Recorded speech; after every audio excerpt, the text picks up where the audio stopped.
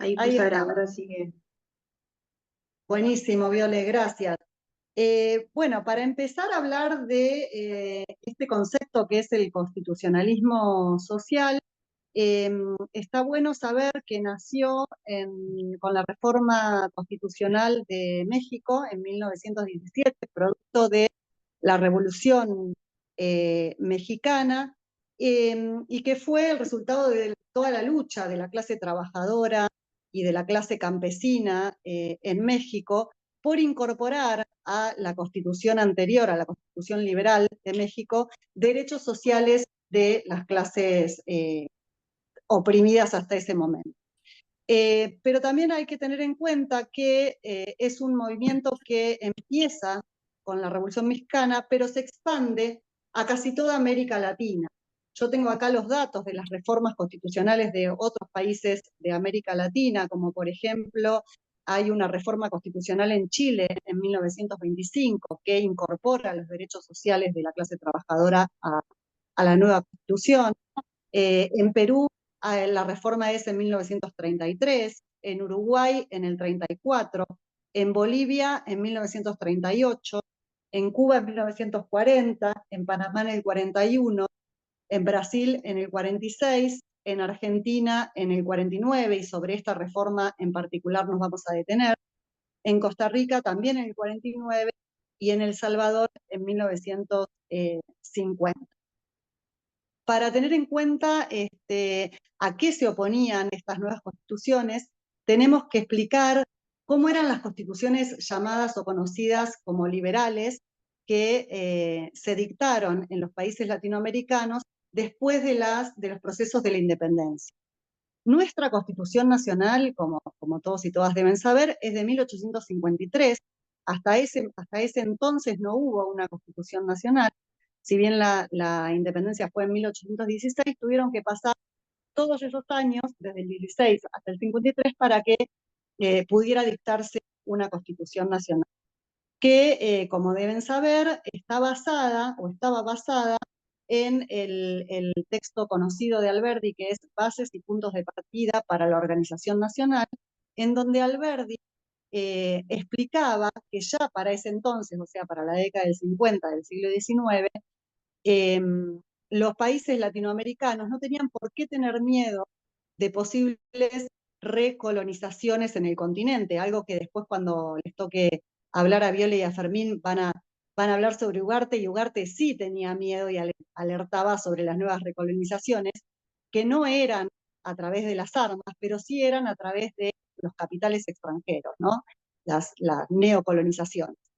Pero Alberti decía que en realidad no había que tener miedo a que los países europeos vinieran a reconquistar el territorio americano, que más bien había que tejer lazos con Europa, porque Europa y Estados Unidos eran los países y las regiones del mundo que primero habían ingresado a la revolución industrial y al capitalismo, y que entonces era ahí a donde había que mirar, y la Constitución Nacional tenía que constituirse justamente como, digamos, como un amparo para que capitales extranjeros pudieran venir y quisieran quedarse en el país. No solo los capitales extranjeros, sino también la inmigración europea, que para Alberdi y también para Sarmiento y para muchos otros teóricos del liberalismo argentino, eran justamente los inmigrantes europeos quienes sabían cómo traer la educación por las cosas, decía Alberdi, es decir, cómo digamos, la inmigración iba a venir a estas tierras, y a través de la inmigración que había pasado por la revolución industrial, esos mismos inmigrantes le iban a poder enseñar a los habitantes de estas tierras cómo manejar las industrias que ellos querían instalar a través de los capitales extranjeros en nuestro país. Entonces, esa Constitución del 53 decía, por ejemplo, que tenía que haber libertad de cultos. ¿Por qué? Porque lo que ellos querían era que vinieran sobre todo los inmigrantes protestantes, no tanto los católicos, porque también otra cosa que veían o que pensaban Sarmiento y Alberdi era que de los países europeos los más atrasados eran justamente España y Portugal. y los más adelantados en términos industriales eran Alemania, Francia e Inglaterra. Por eso querían atraer ese tipo de inmigración, ¿no? La protestante. Después todos sabemos que quienes vinieron a nuestro país fueron en su mayoría quienes escapaban o de la Primera Guerra Mundial o antes de las condiciones en las que vivían, que no, no tenían que ver con lo que ellos habían soñado, y entonces venían a hacerse la América, como se decía en ese momento, a estas tierras. Pero bueno, lo que entonces planteaba la Constitución del 53 era afianzar la libertad personal y de mercado, y su fundamento principal era atraer inversiones, como les decía, y todo estaba basado en la libertad individual, no en lo colectivo, sino en la idea de que lo más importante era garantizar la libertad individual. Para atraer la inmigración europea, también lo que proponía la Constitución del 53 era que se le dieran libertades civiles a los inmigrantes. Esto es, que se pudieran casar, que se pudieran nacionalizar, que pudieran tener hijos en nuestro país, que pudieran comerciar libremente, pero no todavía los derechos políticos, ¿no? Todos sabemos que la ley de voto universal, que tampoco era universal porque las mujeres no podíamos votar, es de 1902, recién, no de 1853. Hasta ese momento solo podían votar los varones propietarios mayores de 21 años. Lo que empieza a pasar con este naciente constitucionalismo social es que para la década del 20, del 30 y del 40, ya el mundo es otro, no es el mismo que el de mediados del siglo XIX, ¿no? La Primera Guerra Mundial genera a escala global muerte, destrucción, desocupación, y una de esas como un freno a la producción industrial, ¿no? Y entonces ahí aparecen las ideas del keynesianismo o de Keynes, que cuando él ve entre la Primera y la Segunda Guerra Mundial y luego de la caída de la Bolsa de Nueva York en 1929, que fue una de las crisis más grandes del sistema capitalista a nivel mundial, cuando Keynes ve esto, lo que plantea es, para que el capitalismo siga funcionando, para que el motor del capitalismo siga girando, necesitamos que el Estado intervenga en la economía. Porque fue la no intervención del Estado en la economía justamente lo que llevó a este desastre que tenemos hoy, ¿no? Decía Keynes. Entonces, para no caer ni en las políticas de los países socialistas, ni en los totalitarismos europeos que estaban naciendo, acuérdense que estaba Franco en España, Mussolini en Italia y estaban haciendo el nazismo en Alemania. Entonces, como una tercera vía, lo que plantea Keynes es que es momento, por lo menos en ese entonces, como para ponerle un parche al capitalismo, que el Estado intervenga en el mercado o que intervenga en la economía. ¿Para qué? Para reactivar la rueda del consumo. Si había tanta muerte, tanta destrucción producto de la Primera Guerra Mundial y muchos trabajadores se habían quedado desocupados, sin trabajo, no tenían dinero, no tenían salario, no podían consumir. Y si no podían consumir, tampoco había, digamos, las industrias no producían, entonces se caía el consumo. Y si se caía el consumo y las industrias no producían, los capitalistas desconfiaban, ¿no? Este es un concepto también que propone Keynes, que es que los capitalistas tenían que volver a tener confianza. Y para eso, decía Keynes, el Estado tenía que intervenir en esa rueda de la economía, haciendo que los trabajadores volvieran a estar ocupados. Y para eso el Estado era fundamental porque haciendo obras públicas, reactivando la obra pública, el trabajador iba a volver a tener trabajo, iba a cobrar un salario y de ese salario iba a poder destinar una parte del salario a los bienes de consumo. También otra de las propuestas de Keynes es que había una parte de la vida del trabajador que se tenía que ocupar el Estado, de la salud y de la educación, ¿no? porque si no, si el trabajador gastaba todo su salario en eso, no le quedaba nada de resto para poder comprar los bienes secundarios. Y entonces se volvía a caer la industrialización. En Argentina, estas ideas keynesianas las retomó el peronismo, ¿no?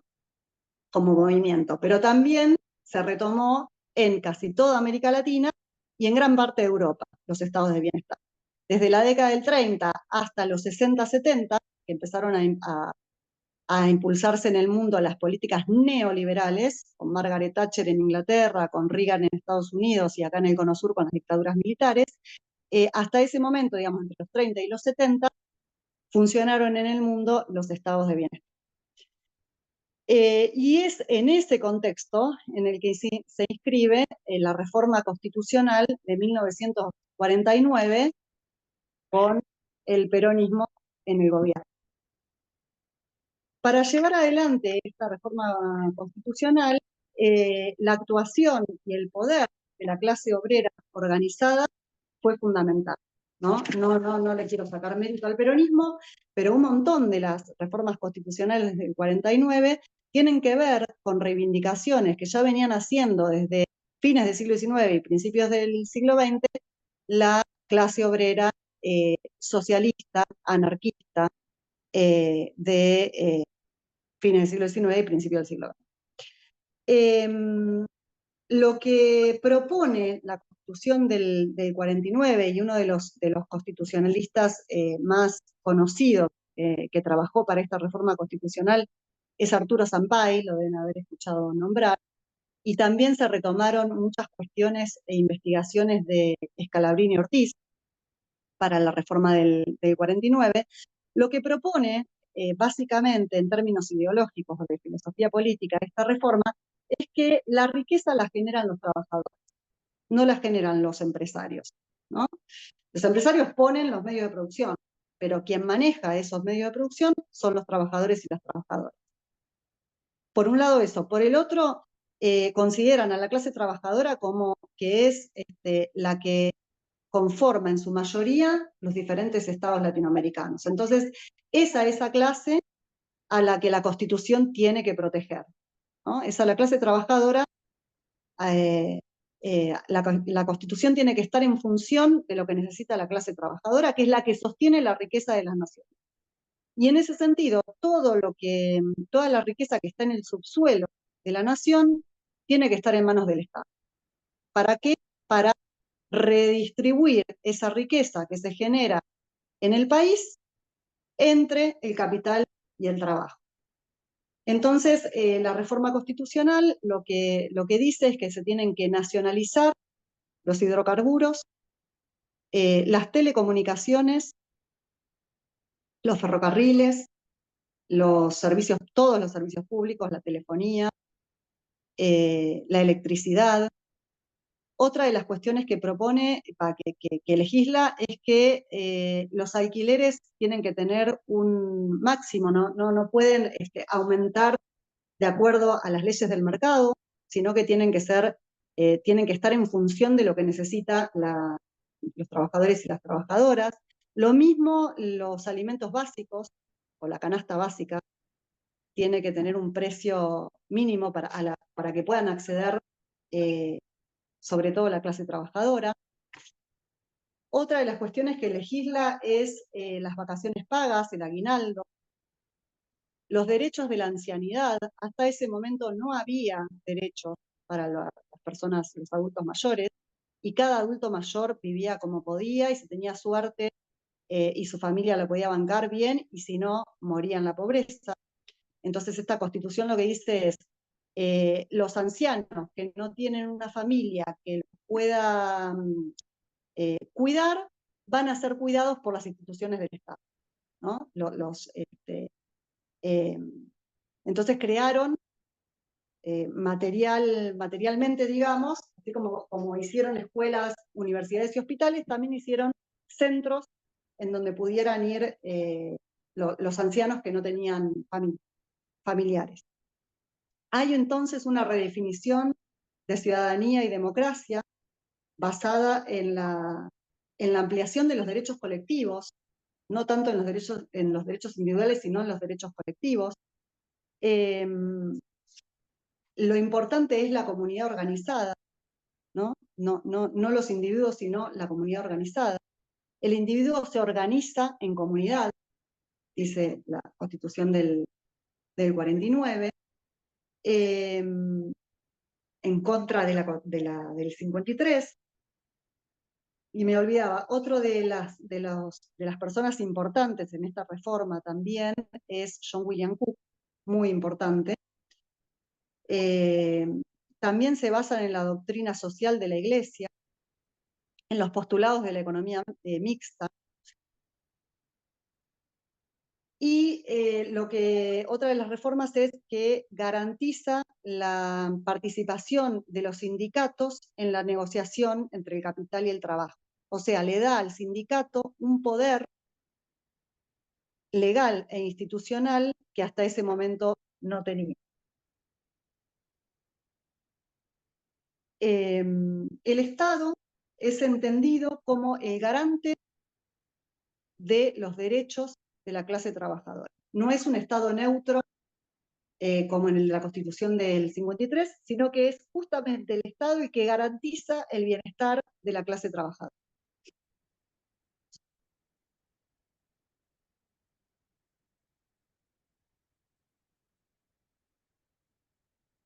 Entonces entienden esto, la necesidad de nacionalizar la economía, ponerla al servicio de un verdadero proyecto nacional y la utilización pública de la riqueza nacional.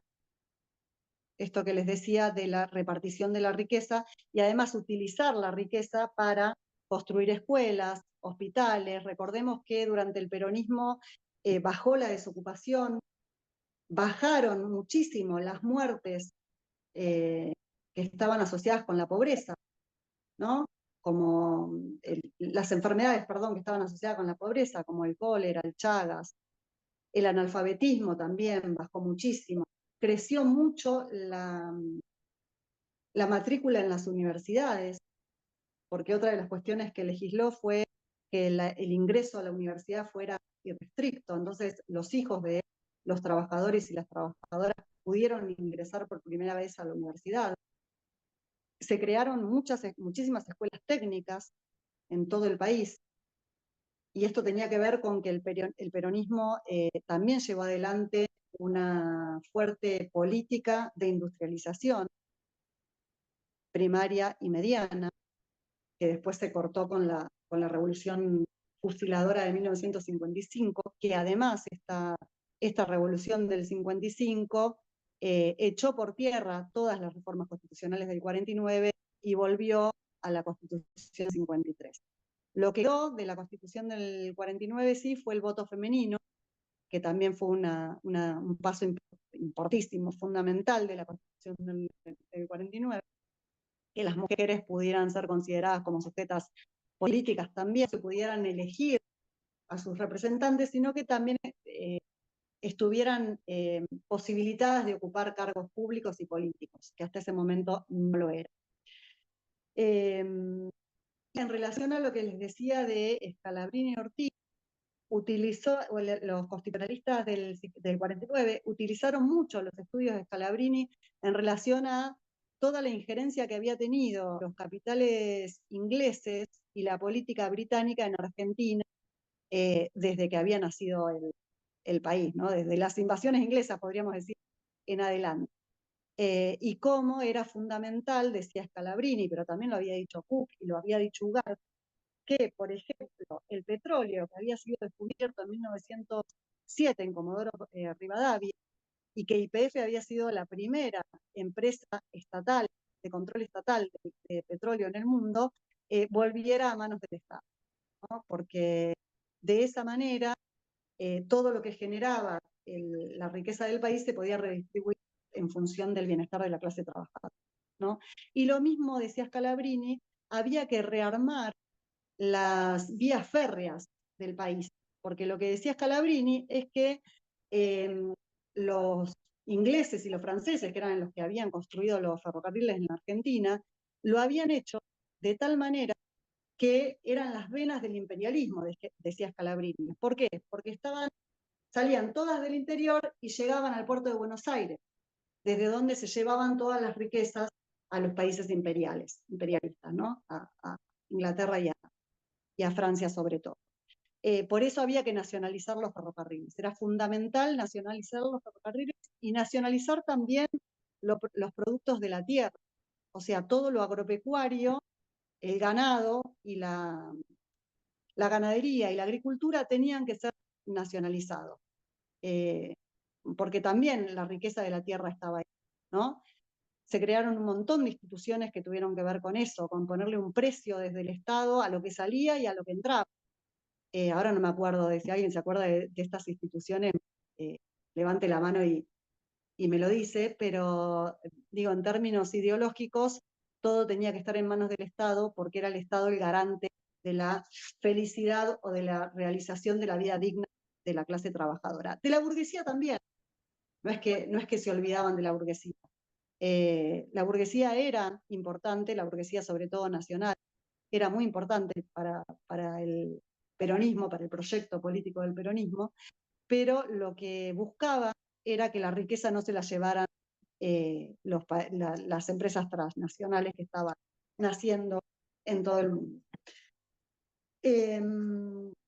No sin luchar se aprobó esta constitución, no fue tan fácil que estas reformas constitucionales se dieran, pero como les decía, había un contexto internacional, que después los chicos van a hablar un poco de eso con Ugarte, de cómo el periodo entre guerras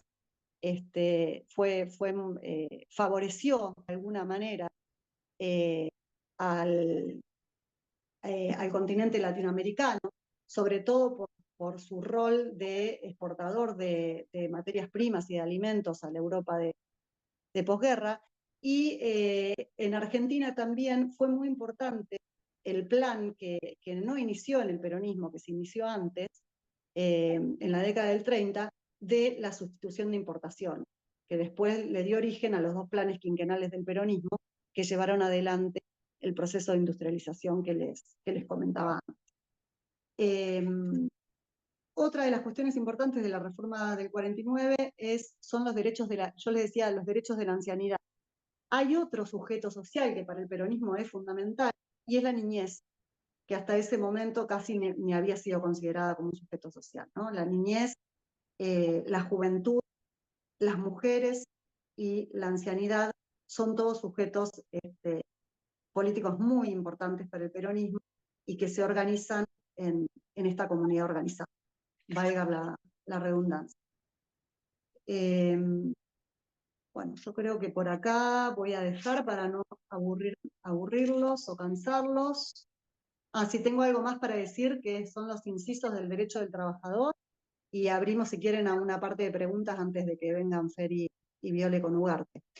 Derecho de trabajar, derecho a una retribución justa, estaba en la Constitución, derecho a la formación y a la capacitación de la clase trabajadora, derecho a condiciones dignas de trabajo. Me olvidaba de mencionar que el peronismo fue quien llevó adelante la regulación del trabajo de los peones rurales, que hasta ese momento estaban en condiciones de esclavitud, parecida a la que están ahora, ¿no? Las familias que trabajan en el campo. Derecho a la preservación de la salud, al bienestar, a la seguridad social, eso es muy importante también, porque si bien es un reclamo que venía desde antes, es algo que se plasma en la Constitución del 49, derecho a la protección de la familia, derecho al mejoramiento económico y derecho a la defensa de los intereses profesionales. Bueno, creo que hasta acá va mi parte. Si tienen preguntas o aportes o debate, bienvenido.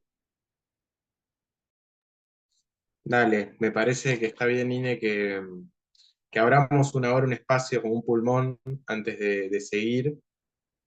No sé, alguna intervención, algo que haya sonado, alguna consulta, y ahora seguimos.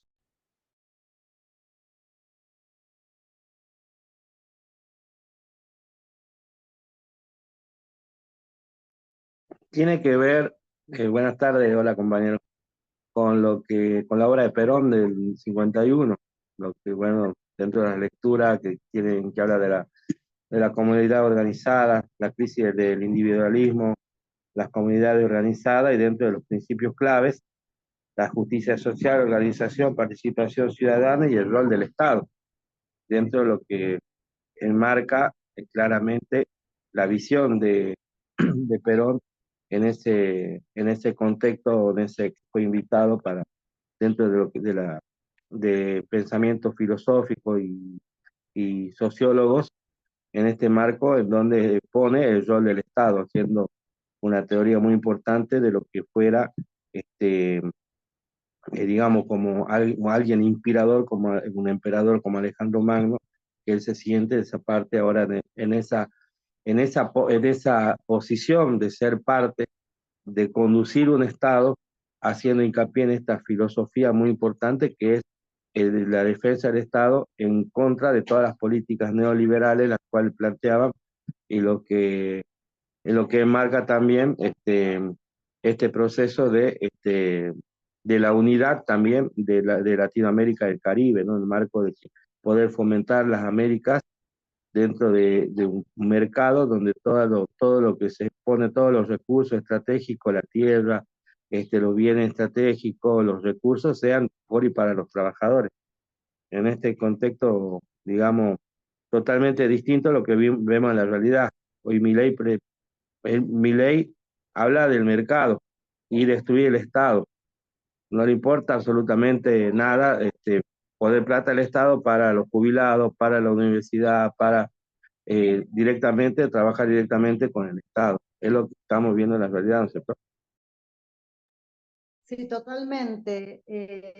Justamente lo que vino a hacer Milei, lo dice, es destruir al Estado desde adentro, ¿no? Y volver a poner al mercado en el centro de la regulación social y de los lazos sociales y de nuestras relaciones. Yo me olvidé de decir que en la década de los 2000, con los gobiernos progresistas de Chávez, de Correa, de Evo Morales, también hubo reformas constitucionales que volvieron a poner en el centro de la escena los derechos sociales y que además proponían algo que estaría muy bueno que estuviera en nuestra Constitución, que no está, que es la revocatoria de los mandatos, ¿no? Que quiere decir que cuando un mandatario no está cumpliendo con lo que dijo que iba a hacer cuando fue elegido por nosotros y nosotras, el pueblo lo puede sacar del lugar en el que el pueblo lo puso, ¿no? Y esto es algo que proponían, lo vimos en el primer encuentro, cuando hablamos de Belgrano y de Moreno. Esto es algo que proponía Rousseau cuando hablaba de la Constitución, y también lo proponía Moreno. Y es algo que en estas constituciones de los años 2000 estuvo, pero después otra vez se volvieron a las constituciones liberales en los países latinoamericanos. Así que, como vemos y como vos decías, Matías, esto es como cíclico. Lo que pasa es que ahora estamos en un extremo total de las políticas neoliberales, ¿no? No sé si ustedes estuvieron en la charla de Santiago Liaudá, porque él explicaba que hay dentro del neoliberalismo y de las ideas libertarias hay diferencias, no son todos lo mismo. No es lo mismo el macrismo o las políticas que llevó adelante el gobierno de Macri, que también era un gobierno neoliberal, que lo que estamos viendo con el gobierno de Milei. No es exactamente lo mismo. Hay matices y hay diferencias, y diferencias bastante grandes. Y con respecto a lo que vos decías de la comunidad organizada, es un discurso que da Perón en el 49 en la Universidad de Mendoza, que plantea los fundamentos filosóficos del peronismo. Y que, bueno, y es el texto que teníamos para leer hoy, ¿no? Y es súper, súper interesante a nivel de filosofía política, ¿no?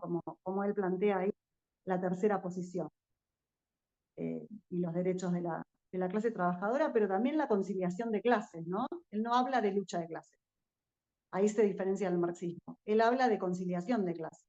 En un estado, en un país con un estado interventor en el que gobierne 50 y 50 entre el capital y el trabajo, decía Perón, la burguesía puede ser feliz y el trabajador también puede ser feliz, ¿no?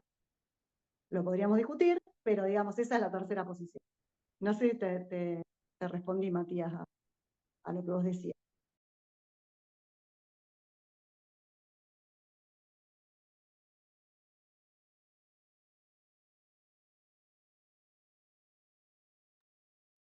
No sé si hay alguna otra intervención o algún comentario.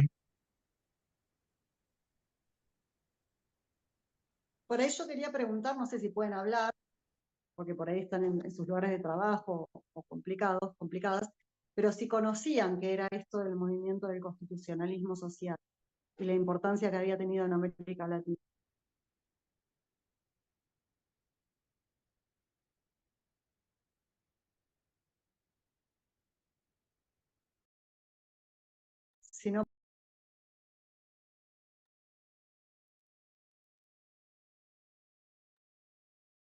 Si no, pueden hablarlo, pueden poner por el chat.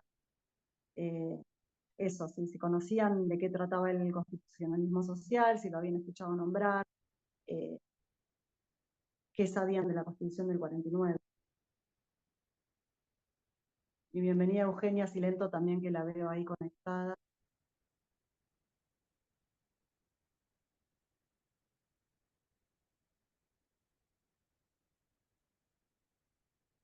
Bueno, si no tenemos respuesta ya, si quieren le damos paso a Fermín y a Violeta para que hagan su... A ver, dice Viviana, hola, sí, algo había estado leyendo al respecto en otro curso de historia realizado. Mi pregunta es alrededor del concepto de conciliación. Haga nomás. ¿En qué sentido? ¿En qué sentido la pregunta? ¿Es posible que Perón no lo haya podido lograr finalmente? Y lo que pasa es que es difícil conseguir la conciliación de clases dentro del capitalismo, ¿no? Hay estados capitalistas, como por ejemplo, qué sé yo, los Países Bajos, que están viviendo con políticas son casi estados de bienestar, y en donde hay conciliación de clases. Pero en nuestras sociedades latinoamericanas tan desiguales, es muy difícil que la conciliación de clases pueda darse. Se dio justamente en esa época de la historia, ¿no? Entre los 40 y los 70, en donde por el contexto internacional eran posibles de aplicar las políticas de los estados de bienestar. Pero después es muy difícil. Y así todo, hay una cuestión que está re buena para traer en el seminario, que tiene que ver con que, ¿por qué si entre el 40 y el 50, tanto la clase obrera como la burguesía, la gran burguesía y la pequeña burguesía, estaban bien en el sentido de sus condiciones de vida, materiales de vida, ¿por qué dieron el golpe del 55, no? ¿O por qué hay tanto odio contra el kirchnerismo, contra las políticas kirchneristas, si hasta la clase alta estaba mejor durante los gobiernos kirchneristas que ahora, ¿no? ¿Por qué? Es una pregunta que nos podemos hacer. No sé si contesta tu pregunta, pero me parece que hay una cuestión ideológica muy fuerte, que no es solo material. Yo pienso en esta pregunta que haces, que también es re interesante ubicarlo históricamente, ¿no? Como pensarlo como una pregunta situable en momentos determinados de la historia. Y cómo también eso fue diverso incluso en el peronismo. Esto no es la misma la experiencia de los 40 que la experiencia de principios de los 70 o incluso, bueno, no sé, la fase más productivista del gobierno, de los primeros gobiernos peronistas, que donde ese intento de conciliación, incluso con el pacto social, donde eso era...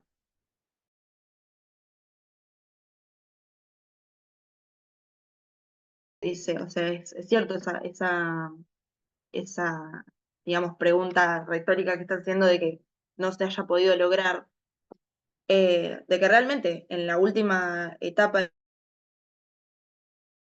o sea, la lucha de clases siguió expresándose de una manera que hizo que la burguesía y la clase obrera no exista posibilidad de conciliación de intereses en esos momentos, en ciertos momentos, ¿no?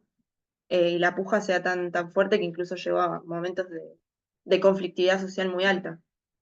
Incluso cuando desde el Estado se intenta tomar una posición de intervención y de conciliación, ¿no? Como a veces los intereses de clase hace que eso no sea posible, claramente, son intereses contrapuestos. No sé, pienso como que es posible pensarlo así, o sea, en el sentido de esa pregunta, ¿no? Sí, yo creo también que ahí dijo Viviana que sí, que es también ideológica y política la cuestión, no es solo material. Y a ver, Marcelo Mendieta dice, más allá de los grandes logros, cruel es ver que nuestra realidad se parece en casi todo al diagnóstico previo al 49, más para quienes vivimos en el interior. Sí, no sé, Marcelo, si te estás refiriendo a las condiciones materiales de vida de, de la clase trabajadora. Cuando decís que la realidad de quienes viven en el interior se parece más a lo que pasaba antes del 49. No sé si podés responder, si tiene que ver con eso. Inés, Lástima que no puedan hablar. Sí, Inés, Palo, te escucho, sí, sí. que hay una palabrita más en lo que dice Viviana Celso, que es interesante, con esto que vos decías, que no es solamente material. Inés también acota que es emocional, emocional e ideológico, ¿no? Está bueno ese contrapunto. Totalmente.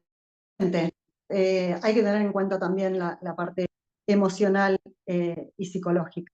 Hay que, eh, hay que ponerla como parte del diagnóstico, ¿no? Justo el otro día leía un artículo de Alejandro Grimson, que lo voy a pasar al grupo porque me pareció excelente, que habla sobre la sociedad estresada y cómo esta nueva derecha de Milei busca estresarnos y que estemos ansiosos socialmente, busca la ansiedad social.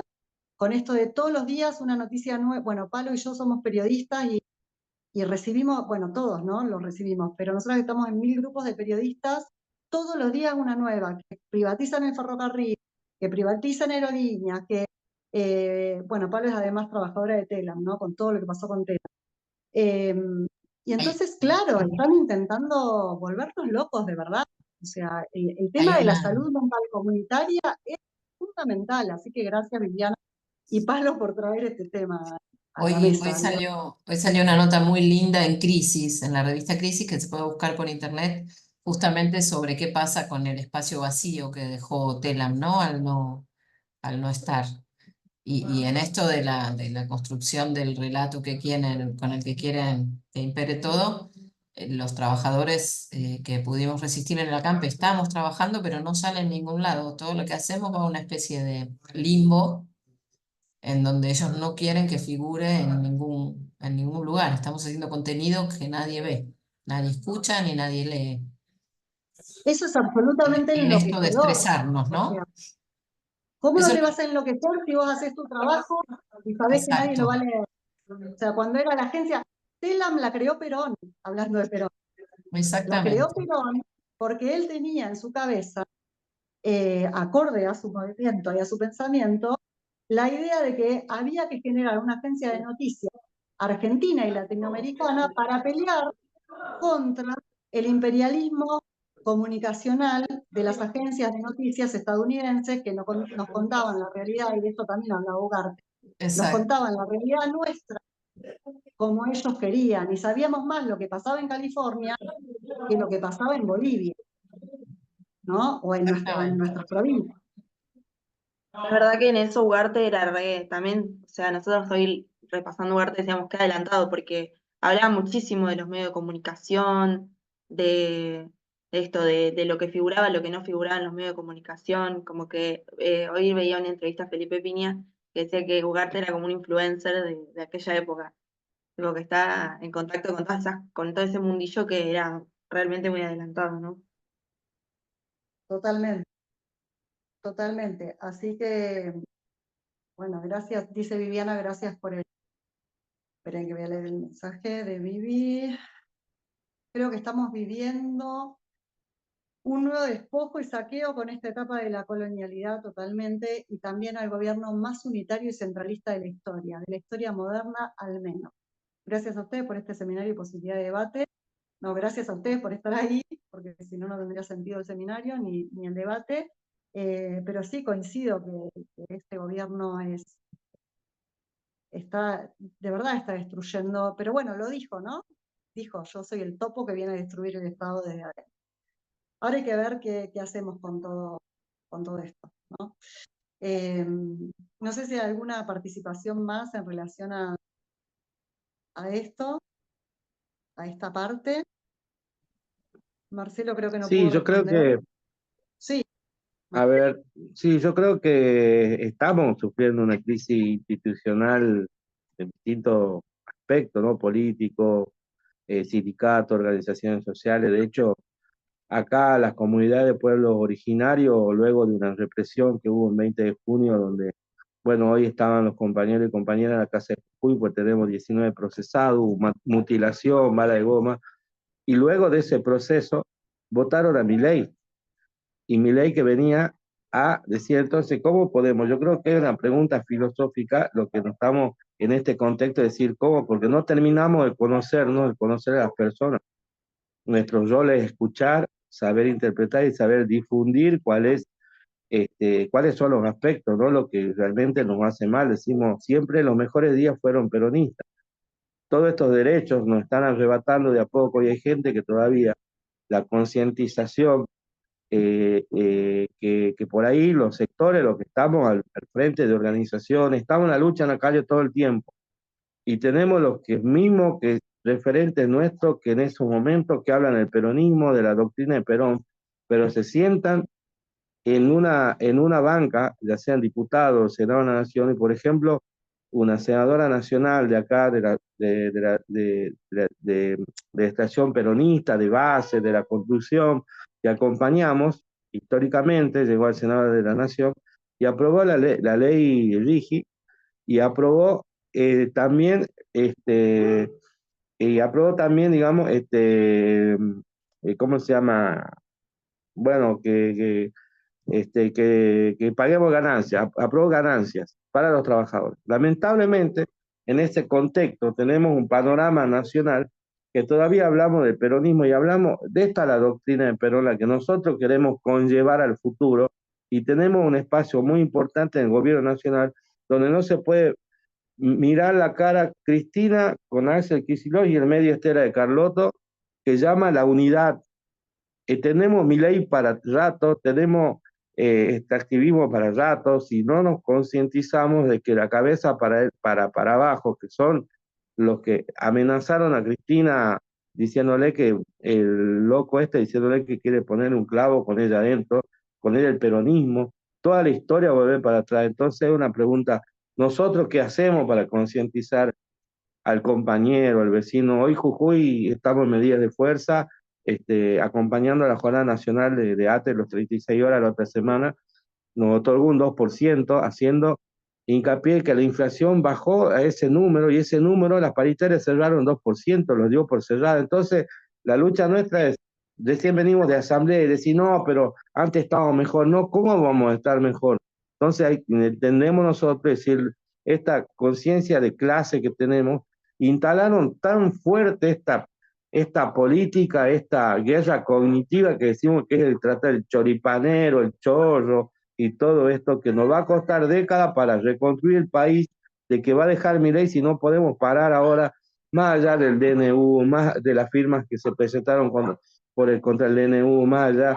Yo creo que hay que tratar de concientizar en diciembre un juicio político. Si ya se habla de acá de la revocatoria de los mandatos, de acuerdo que no cumplió con lo que realmente dijo, va a terminar con la carta, va a bajar los impuestos, me corto un brazo si hay inflación. Y yo creo que hay que pensar en ese contexto más allá de lo político, pero principalmente lo propio. lo propio, el poder propio, la construcción del poder propio. Me acuerdo que en años anteriores decíamos construyamos poder propio construimos una constituyente social que empezó en Jujuy, terminó en el COI, después se diluyó por diferentes andariveres políticos. Hoy las dos centrales sindicales, la CTA, las dos CTA se volvieron a unificar con esa conciencia de clase en un momento en donde vamos a un acto, compartimos con los compañeros de la CTA, de los trabajadores, con la autónoma, y por otro lado, la división de los sectores más importantes que tenemos, la herramienta más importante que tenemos, que es el peronismo. ¿Y en el nombre de quién es el peronismo? De Cristina, Axel, y se mete en el medio Quintela, que está destruyendo La Rioja. Me comentaron los compañeros con los chachos, con esos bonos que sacaron, un montón de cuestiones. Y eso es lo que nos pasa al momento de decir, ves, vuelven los chorros, vuelven los vuelven la cámpora, vuelve esto. Y yo creo que es un problema ya de coyuntura política de argentinos, mirarnos a la cara, dejar mirar quién está al costado. Nos tocó varias veces bailar con los peores momentos, organizarnos y poder construir esa unidad popular que necesitamos de esta constitución, de volver a que los medios de comunicación, la universidad, la salud sean derechos del Estado, porque a este tipo no le importa absolutamente, le importa con el mercado, lo que son los ricos van a ser más ricos, o sea, y lo que quedamos atrás no va a aportar absolutamente nada, y esa es nuestra conciencia. Lo aporto como base, decir, si no hay conciencia de clase, sería una pregunta filosófica que nos hacemos nosotros mismos, cómo ayudamos al otro para coincidir y hacer entender de que estas son cuestiones de que si se hablaba de ajustes, que vamos a ajustar para estar mejor, están ajustando absolutamente todo y estamos peor. Con esa consigna nos vamos más para atrás con el saqueo del litio, los pueblos originarios, y como decía, era lamentable porque la mutilación a los pueblos originarios y los pueblos originarios votaron a Milei por no votarlo a Gerardo Morales porque se fue a sacar una foto con Massa en Jujuy. Y estamos peor que antes, digamos. Qué interesante, hiciste toda una radiografía del último tiempo súper, súper interesante. Yo una cosita digo antes de darle la palabra a Fermina y Violeta. Hoy justo hablábamos con Fer y Viole de cómo hacer para que estos espacios de formación sean más masivos, ¿no? Y pensábamos ¿vieron el baile que hizo la Universidad Nacional de las Artes, que hizo Fanática, o creo que se llama, del Ali, que bailaron en la estación de Once y que dio la vuelta al país? Hasta Lali retuiteó. Bueno, ¿cómo hacer algo parecido desde las ciencias sociales, ¿no? Por ejemplo, lo hizo un profesor universitario esto, ir al tren y hablar de, bueno, ¿ustedes quiénes creen que generan la riqueza?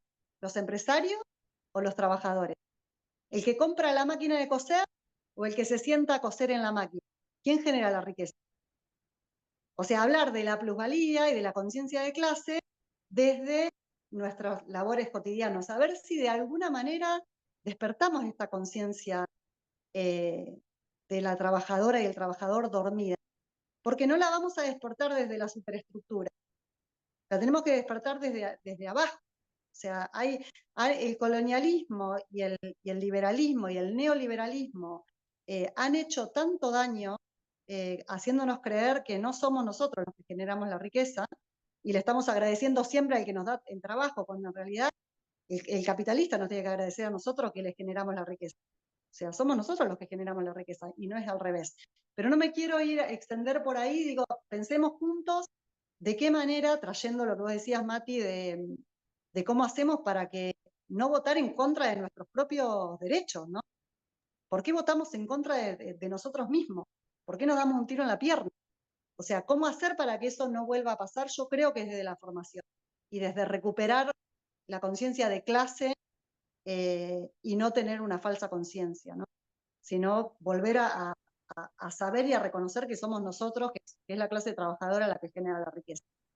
Yo me tengo que ir lamentablemente, pero los y la saludo y nos veo en la próxima clase, y Fer y Viole que les salga súper lindo. Nos vemos. Adiós, Cine. No, yo hago un aporte chiquito a esto que estás diciendo vos, Matías, que para mí es re interesante porque vos hablás como de la necesidad de, de pensar una forma, ¿no? Una manera, un camino para encontrar eh, este proyecto, este punto de llegada más justo al fin y al cabo. Y creo que tiene mucho que ver con lo que dice Ugarte en su capítulo, que ahora va a hablar bien Fer, pero, pero justamente Ugarte hace como esa radiografía social, si se quiere, y piensa proyectivamente, no sé si esa es la palabra, pero digo, desde ese análisis que estás haciendo y que creo que es en este momento mucha parte de la sociedad se está haciendo de la propia situación que se vive, eh, es parte de ese motor de avance, ¿viste? Y yo les quería compartir un fragmentito que hoy lo leía y decía como qué vigencia que tiene. Los voy a pasar por el chat, no va a quedar grabado, pero bueno. En donde Ugarte habla de transformar los resortes materiales y morales. Y esa frase para mí es re linda porque, bueno, re linda no sé, pero es como re significativa porque justamente habla de esto de que vos decís, de cómo trasladar esa conciencia de clase, ¿no? Que Ugarte no lo pone en esas palabras, no habla de conciencia de clase, habla de una manera bastante más poética, pero bueno, me parece que está bueno eso que decís y que aparte es como propositivo. A mí leer este capítulo de Ugarte me hizo re bien, como para decir, bueno, no sé, leer a alguien que quería el país mucho con las entrañas es como re, no sé, re satisfactorio, así que lo recomiendo que lo lean porque está muy bueno. Ahí dejé ese fragmentito que a mí me re gustó leer. Léelo, léelo. Bueno, lo leo si quieren. Dice, solo acostumbrándonos a medir nuestra acción más que por los recuerdos, por las esperanzas, y más que por las esperanzas, por los resultados, llegaremos a ser los escultores de la patria de mañana. Pensemos que si nuestros pueblos parecen a veces apáticos y displicentes, es porque no se les ha dado razones de vivir. Para alcanzar los altos destinos que todos entrevemos, hay que transformar muchos resortes materiales y morales. Nuestras energías son, en la mayor parte de los casos, negativas. Nos reunimos más a menudo para impedir que para crear. Trabajados por el descontento de los que no alcanzan a dirigir sus vidas, flotamos al azar de las contingencias. El pesimismo nos inmoviliza, la burla nos oprime, la malevolencia nos ata, y no asoman ideales superiores que nos empujen hacia el esfuerzo, el sacrificio y la audacia. Eh, bueno, nada. ¿Cómo es? Suelta el micrófono ahí. Bueno, y lo dejo a Fer para que redondee un poco más el capítulo. Bueno, vamos a retomar un poco a Ugarte lo voy a hacer un poco sintético para así también seguimos abriendo el debate. Me parece que esta partecita puede llegar a enriquecer mucho más el debate en otros términos, ¿no? Sobre también para pensar la actualidad, para pensar el nacionalismo, desde qué lugar tenemos que ver un nacionalismo que cada vez, como que nos resulta cada vez más incómodo, ¿no? Decirnos nacionalistas. Y bueno, voy a retomar, a conectar un poquito con lo que venía diciendo Inés. Ella trabajó constitucionalismo social, por ahí esta segunda etapa de reforma constitucional, una primera etapa que ella presentó donde la mayoría de la población, sin contar las mujeres, adquirió el derecho al voto, y esta segunda etapa en donde las mayorías ganan, adquieren, luchan, consiguen derechos sociales, económicos, derecho a las vacaciones pagas, derecho a, bueno, todo lo que fue desarrollando Inés, a mejores condiciones de trabajo, a no trabajar en condiciones de esclavitud. Eh, Sin embargo, ahí Ine mencionó la cuestión del keynesianismo, ¿no? Si nosotros estuviésemos limitando el peronismo, lo que fue la experiencia de Vargas en Brasil y demás experiencias latinoamericanas, nacionales, populares, si lo limitásemos al keynesianismo, al estado de bienestar, me parece que nos estaríamos equivocando, porque nuestros modelos nacionales y populares, nuestros modelos keynesianistas fueron diferentes, tuvieron una particularidad y fue precisamente la cuestión del nacionalismo. Ine mencionó en un momento la política de nacionalización de los ferrocarriles, en algún sentido, la de hacer públicas las universidades, porque si bien eran públicas, eran pagas, la gratuidad de las universidades. Me parece que nuestros procesos nacionales y populares, en nuestro caso el peronismo, tuvo la particularidad de ser altamente nacional. Y me parece que ahí es donde entra Ugarte y donde nosotros tenemos que tratar de pensar eh, condiciones para pensar nuestro futuro, nuestro presente y nuestro futuro también. Pero bueno, voy a hablar un poquito del contexto desde el cual escribe Ugarte. Ugarte está escribiendo en 1941, a 2 años de que haya empezado la Segunda Guerra Mundial, y él está ya con una mente bastante premonitoria de lo que va a pasar en el mundo después de la Segunda Guerra Mundial. Él ya ve que está cambiando el mundo, que lo que pase, gane quien gane, si gana Alemania, si gana Europa, tipo Inglaterra, Francia, la Segunda Guerra Mundial, el mundo va a cambiar y se va a abrir un mundo de disputas, un mundo donde Europa va a estar destruida y donde se puede venir un mundo incluso mucho más conflictivo que el de la Segunda Guerra Mundial. Él también empieza a ver que Estados Unidos, que todavía no estaba metido en la guerra, se presenta o se postula para ser la nueva potencia global. Inglaterra deja de tener la importancia que había tenido en algún momento y Estados Unidos aparece como el principal proveedor de comercio a nivel global, el principal productor de armas, el principal productor a nivel mundial. Y empieza a ver que Estados Unidos se iba a tener que enfrentar a un mundo que iba a estar destruido por la guerra y que iba a estar muy disputado. Él usa una frase que es: una vez desencadenadas las vallas de la brutalidad, sería muy difícil calmar las olas. Y lo que está planteando acá precisamente es que lo que va a pasar después de la Segunda Guerra Mundial, lo que va a pasar después de un mundo bipolar en donde la Unión Soviética y Estados Unidos se van a disputar el mundo y donde va a estar constantemente la amenaza de la guerra nuclear, una guerra que puede destruir al mundo, mucho peor que la Segunda Guerra Mundial, porque directamente podría llevar a la aniquilación total. Y él, más allá de todas estas cuestiones que, bueno, que pueden sonar un poquito aburridas, lo que está tratando de hacer es llamar la atención a América Latina. Quiere llamar la atención a los países latinoamericanos porque él plantea que en este enfrentamiento entre las distintas potencias globales, de un momento al otro, América Latina puede pasar a ser un objetivo, puede pasar a ser un campo de disputa de los intereses de las potencias imperialistas.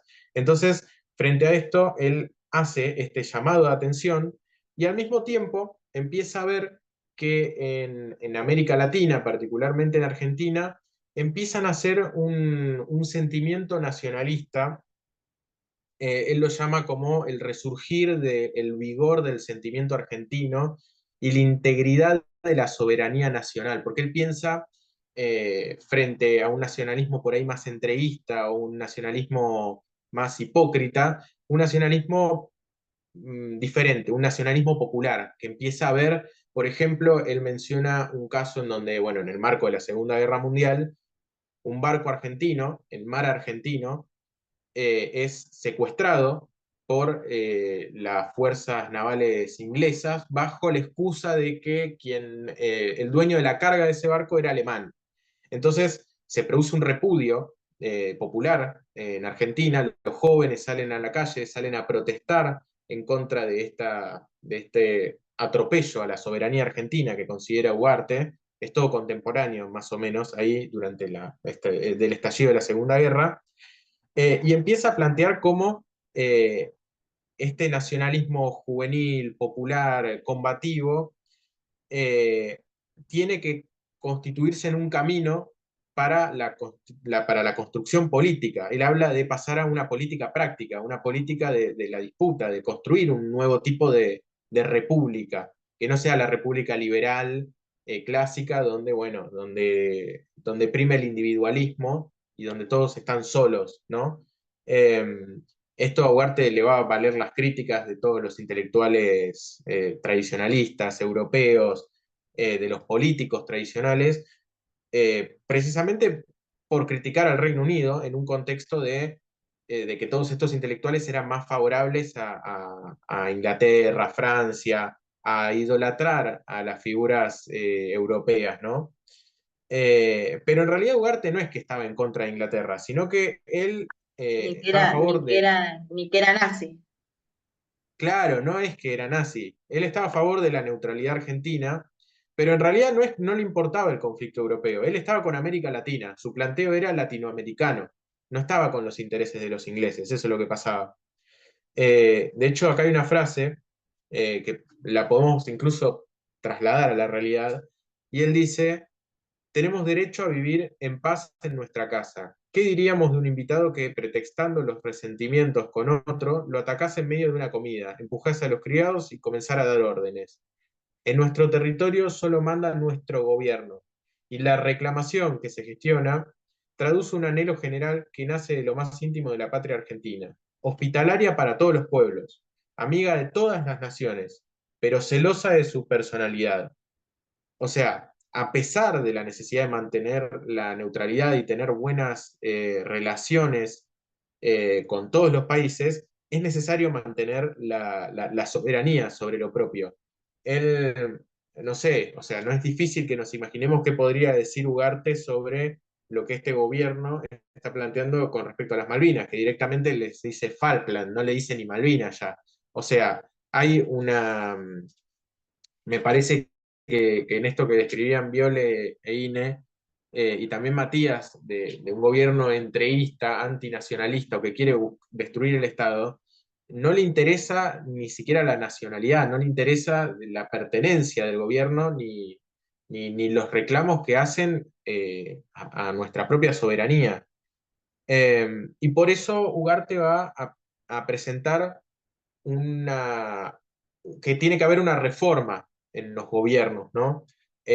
Para él hay que reconstruir a la República Argentina, la que habló INE, la que nació en 1853, pensada por Alberdi, institucionalizada por Mitre, Sarmiento, Avellaneda. Para él hay que reconstruir esa república, el modelo político, los políticos, y tenía que surgir unos políticos que estén al servicio de la nación. No pensar a la nación al servicio de los hombres, sino hombres políticos al servicio de la nación. Que aquellos que ocupasen cargos tuviesen un objetivo determinado. Y él, piensen que todavía no había surgido fuerte la figura de Perón, de hecho todavía no había sido el golpe del grupo de los oficiales unidos, así que Perón no tenía ningún tipo de relevancia, pero él sí ya está pensando en que el proyecto nacional que él había planteado de recuperar un nacionalismo popular, soberano, tenía que ser dirigido por una figura que no pensase en su crecimiento político, partidario, sino que fuese la cabeza de este proyecto nacionalista y popular. Él ya lo está ideando, de hecho Perón, unos años más adelante, en el 46, no me acuerdo si es 46 o 49, lo va a reconocer a Ugarte, porque hay mucho del planteamiento de Ugarte en la experiencia peronista. Más allá de si somos peronistas o no peronistas, eh, digo, lo que va a tener el peronismo en nuestro caso, y lo planteo y después leo una frase final y ya abro para la discusión, que es que va a plantear la necesidad de Ugarte, que después, bueno, esto lo va a retomar el peronismo, de no pensar que la patria nació en 1810 o en 1816 y se quedó ahí y nosotros la idolatramos desde acá. O la nación argentina no nació hace 100, 150, 200 años y se quedó ahí, sino que es necesario construir una política para construir y reconstruir la patria constantemente, dejar legado en la patria. Y eso es una bandera que tomó el peronismo y que nosotros podemos ver cuando algún compañero peronista hace reivindicación de Perón junto con San Martín y Rosas. Digo, más allá de que podamos acordar de si Perón está o no a la misma altura de San Martín, me parece que lo que está demostrando es que el peronismo hizo un intento por reconstruir la patria, ¿no? Por darle un nuevo sentido, a través de todas las políticas que fue diciendo INE, pero también desde un sentido simbólico, desde un nuevo nacionalismo. No solamente el nacionalismo de idolatrar a la banderita y cantar el himno, y bueno, y pararnos cuando viene la bandera, que está perfecto, sino desde un nacionalismo más de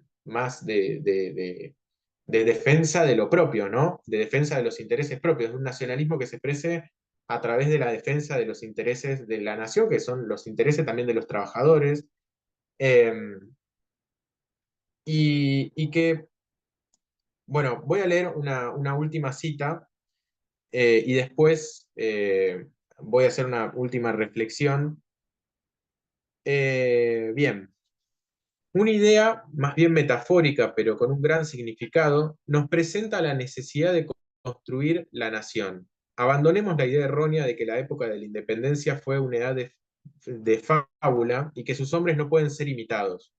Con las naturales diferencias de talento y de medio, debemos aspirar en todos los momentos de la vida a hacer inmortalidad, a hacer estatua, porque la trayectoria de un país es una línea interrumpida, ascendente, que en todo instante debe estar bañada por el sol. O sea, lo que declara Ugarte acá es la necesidad de construir la patria, de estar creando todo el tiempo nuestra propia nacionalidad.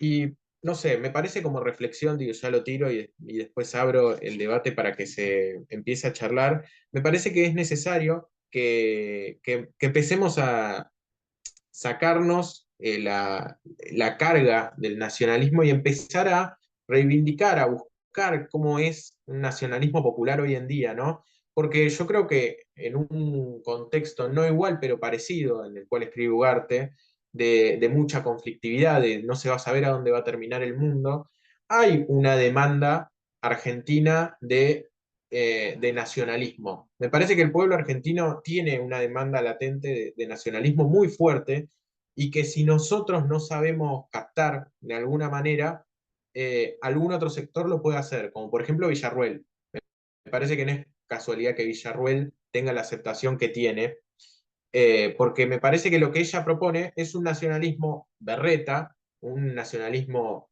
oligárquico, un nacionalismo entreísta que reivindica la dictadura genocida, pero que me parece que el pueblo argentino en búsqueda de un nacionalismo de algún lado va a caer, y me parece que por eso es necesario discutir un nacionalismo popular eh, en ese sentido. Así que no sé, ahí abro el debate y bueno, para la participación.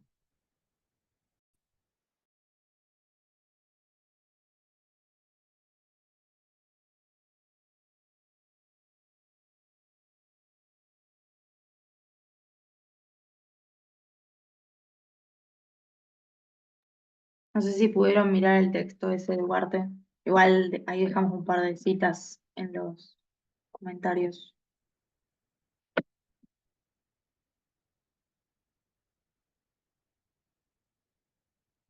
Matías.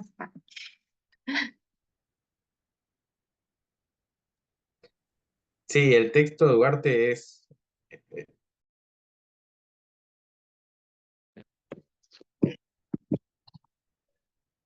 No, estaba escuchando más o menos lo que pude en síntesis, ¿no?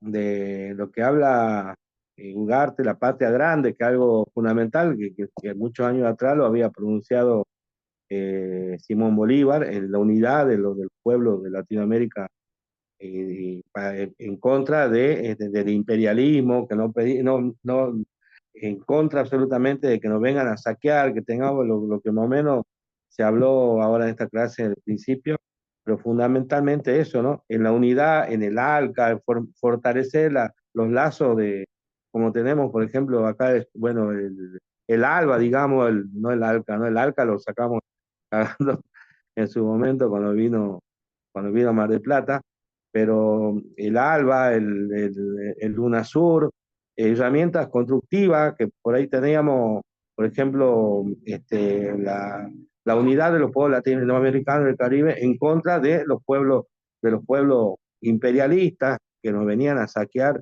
los recursos naturales. Parte de eso vi como fundamentalmente promover esta patria grande de unidad con Argentina, Bolivia, bueno, todos los pueblos latinoamericanos, de hecho Lula, con Cristina, Néstor, hacían parte de esa construcción para resguardarnos de todo el imperialismo que nos venía.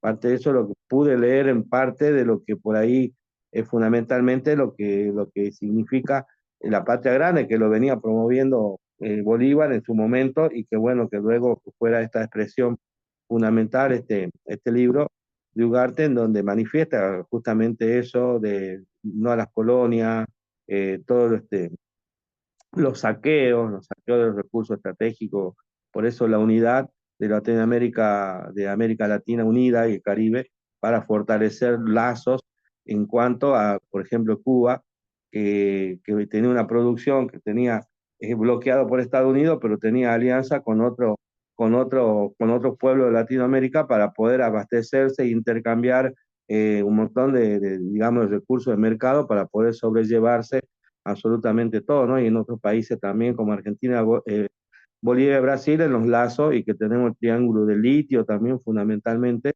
con Chile, en donde tenemos este, empresas multinacionales extranjeras que vienen, nos saquean, se llevan nuestro oro blanco, digamos, nos dejan muy pocas regalías en Argentina, mientras que Bolivia y Chile, que es otra parte, se dejan estas regalías de acuerdo a los lazos que tuvieron, dejan más de un 30%, y acá en Argentina nos deja un 0,3% de Jujuy, digamos, con las leyes digamos, con decreto de Menem.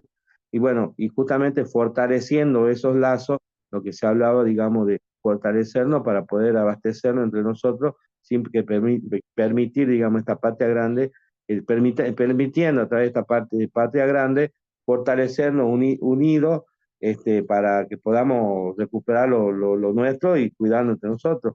Lo que hace Milei, lo que hicieron el golpe de Estado en Bolivia, lo que hicieron en otros golpes en estos últimos tiempos, que Evo estuvo en Argentina mucho tiempo, justamente fueron lazos de nuestro gobernador acá en Jujuy, que vino la hija de Bush, inmediatamente pusieron en la frontera unas bases militares muy importantes que favorecieron y llevaron armas de Jujuy con un gobierno de Macri, profundizado ahora con Milei, para podernos, digamos, diferenciar absolutamente y poder atacar directamente a los pueblos de América Latina, que justamente con esta patria grande se fortalecía y se hacía más fuerte, ¿no? Así que bueno, más o menos me fui un poquito del tema. No, pero está re bien lo que aportás. Eh, Me parece que también pensar precisamente lo que decía Huerte, de tener el derecho a vivir en paz en nuestra casa, ¿no? Como la soberanía, que puede sonar algo súper abstracto, que incluso cuando pensamos en el nacionalismo muchas veces lo asociamos a una idea muy porteñocentrista, pero el nacionalismo es eso, es defender que no haya bases militares yanquis en Misiones, en el norte argentino, o incluso también discutir por qué tendría que haber bases militares chinas. Digo, pensar el nacionalismo en que en nuestro territorio esté gobernado por nuestro gobierno, que nuestro gobierno tenga la capacidad de establecer cuántas son las regalías que se llevan las multinacionales.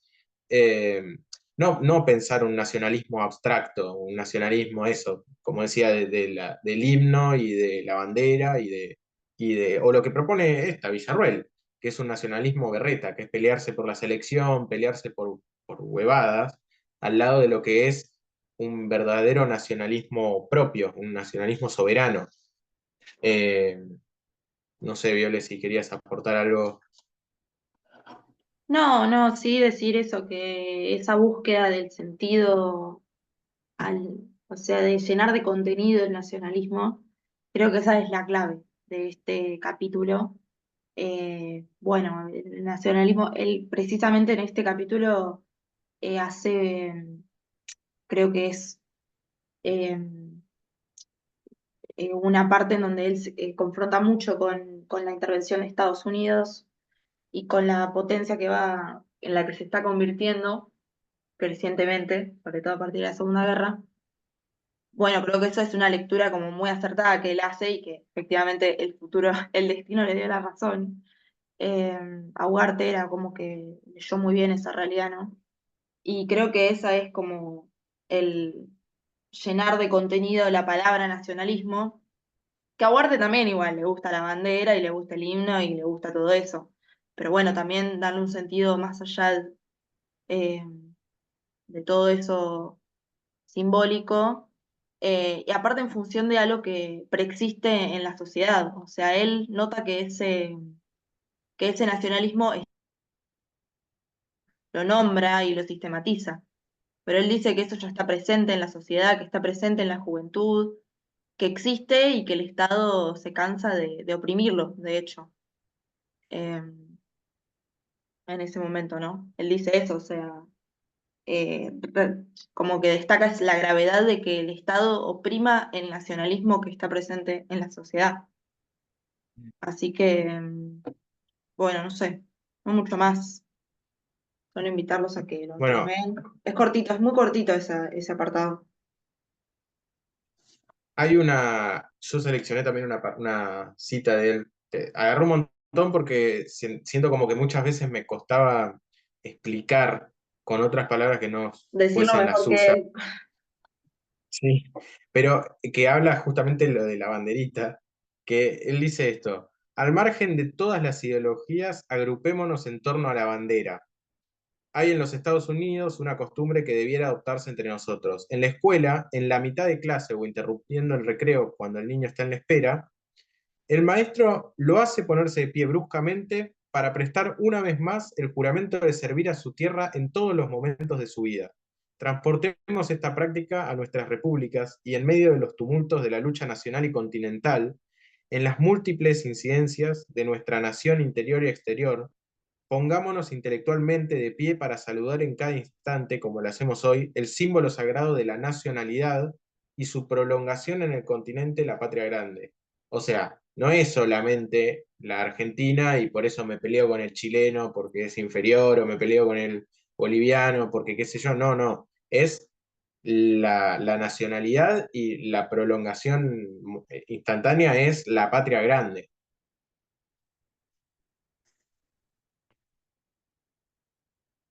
Pero eso. Bueno, si hay algún comentario más o algún aporte que quieran hacer también al respecto, estamos, estamos dispuestos.